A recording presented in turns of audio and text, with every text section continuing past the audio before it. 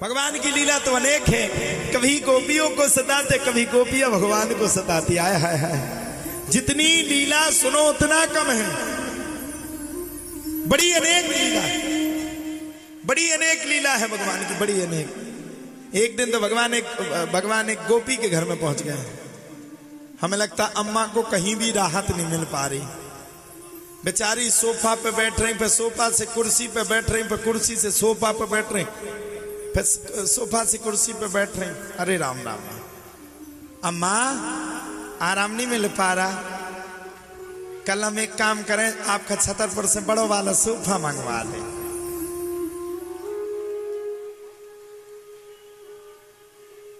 बड़ी परेशानी, बड़ी। अभी बेचारी कुर्सी पे बैठी, अब सोफा पे आगे 10 मिनट बाद फिर कुर्सी पे आ जाए। हमें लगा पूरी भागवत में इन्हीं को मन नहीं लग रहा हो। जिसका मन ना लगे वो कैसा करता। जे हमारे मुख्य यजमान बैठे, जे भी बहुत परेशान है, जे मन ही मन अपनी पत्नी को कोस रहती नहीं। अमन मौजूद जजमान फालतू को है, मरी जा रहे। कमेटी में होते बढ़िया फिर रहे होते, जजमान बन गए हैं। लेकिन यजमान की तो नहीं कह सकते। अभी ये राजेश तो नटखटी है, लेकिन इसकी धर्म पत्नी भगवान को बड़ा मानती है। हाँ, 3 घंटा मन लगा के पूरी कथा सुनेगी और बिल्कुल सीधी है। 3 तुम्हारी ऐसो नहीं सासू मामा नहीं मन गारी देने लगवे। अब रंदे खसू तो न बता, लेकिन सासू माँ से भी लड़ाई नहीं होती कभी, मैंने सुना। ये बड़ी सीधी है इनकी धर्म पत्नी। मैंने तो 7 दिन से देख रहा, बेचारी जहां बैठ जाए। राजेश तो हर 2 मिनट पे ऐसे फिर ऐसे, हमें जा लगत कि गद्दा पे पन्ना रहा है। लेकिन इनकी धर्म पत्नी बड़ी सात्विक विचार की। अगर बैठ गई, जहां बैठ जाएगी, कभी भी एक आसन से ऐसी नहीं होगी, वैसे ही बैठेगी। और 3 घंटा मन लगा, दुनिया से कोई मतलब नहीं। हमें लगता तुम्हारा जीवन इनके ही पुण्य के द्वारा चल रहा है। और पत्नी अगर घर में लक्ष्मी हो जाए तो कल्याण हो जाता है, और अगर पत्नी घर में कुलक्ष्मी आ जाए तो घर को बर्बाद कर देती है। तुम भाग्यशाली हो, तुम्हारे घर में लक्ष्मी का जो आगमन हुआ। अभी तो राजेश की धर्मपत्नी जी का कहना है, जब तक गुरुजी हमारे दरवाजे नहीं आएंगे तब तक हम कथा को सफल नहीं मानेंगे। दीक्षा भी तभी लेंगे जब गुरुजी हमारे घर पे आएंगे। तो चिंता मत करो, परसों के बाद आओ फिर। ना जल्दी आएंगे, आज या कल में, कल में, हर हालत में। मैं बोल देता हूं कमेटी से, तो व्यवस्थाएं करेगी। और कल में आप हर हालत में मैं घर पे आऊंगा। करो तैयारी, आ रहे हैं भगवाधारी। तो भगवान की तो लीला विचित्र है। कभी गोपियों को सताते हो, कभी गोपियां भगवान को सताती हैं। अब भगवान बड़े हो गए, जरा बड़े हो गए। गोपियां भगवान को टोकती, क्यों रे कनुआ, कहां चला रे, कहां घूम रहे हो है।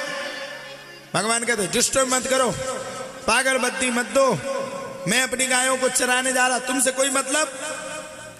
ना कनुआ, मैं तो पूछा कहां जा रहा है, मक्खन नहीं खाएगा। नहीं, तुम्हारे हाथ से नहीं खाऊंगा। अभी खिला दोगी और 2-4 मिनट के बाद मैया से शिकायत कर दोगी। मैं पागल थोड़ी हूं, तुम्हारी बातों में नहीं आने वाला। मैं तो गाय को चराने जाऊंगा।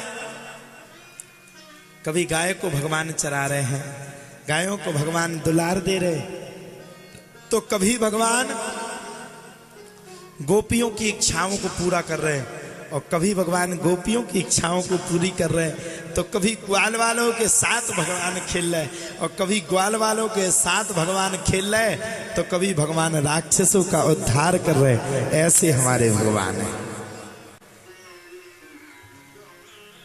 ऐसे हमारे भगवान की लीला है।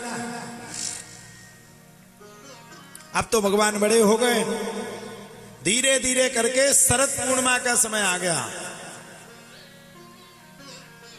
शरद पूर्णिमा के समय पे भगवान ने बड़ा सुंदर रास रचाया।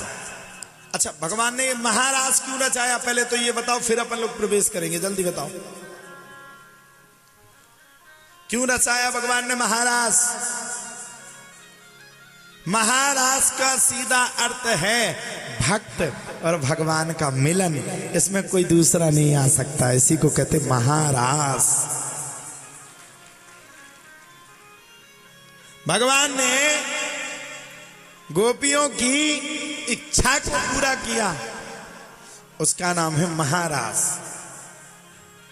वृंदावन के रास में पहुंचे जाए महेश। वृंदावन के रास में, अरे ऐसा रास रचा, ऐसा रास रचा जिसकी कोई सीमा नहीं है।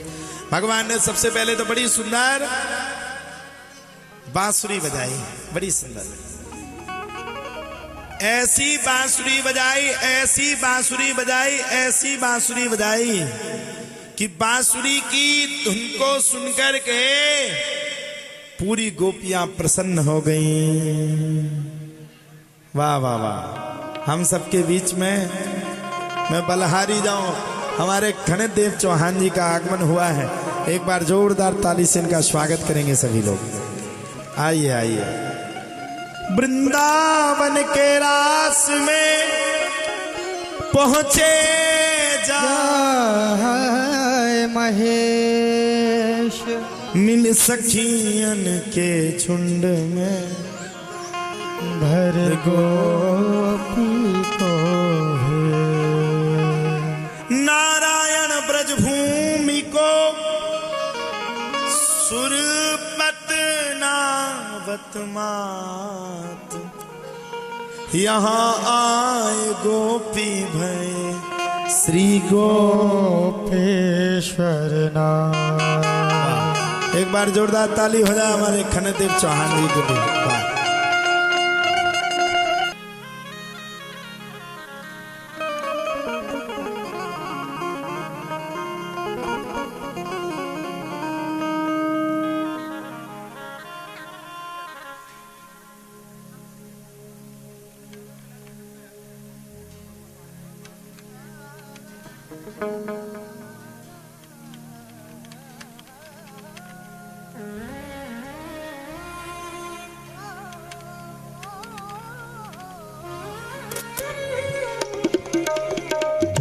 Hello hello.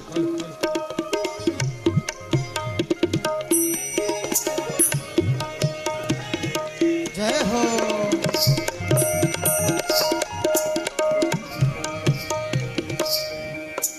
अपनी जिह्वा को पवित्र करते हुए, मन विचारों को शुद्ध करते हुए, दोनों भुजाओं को उठाते हुए बोले श्री श्री 1008 श्री संकट मोचन सरकार की जय हो।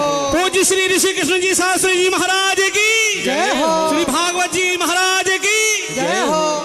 बोले वृंदावन बिहारी लाल की जय हो। आज दासानुदास श्री चरणारविंद में हाजिरी लगाने आया है।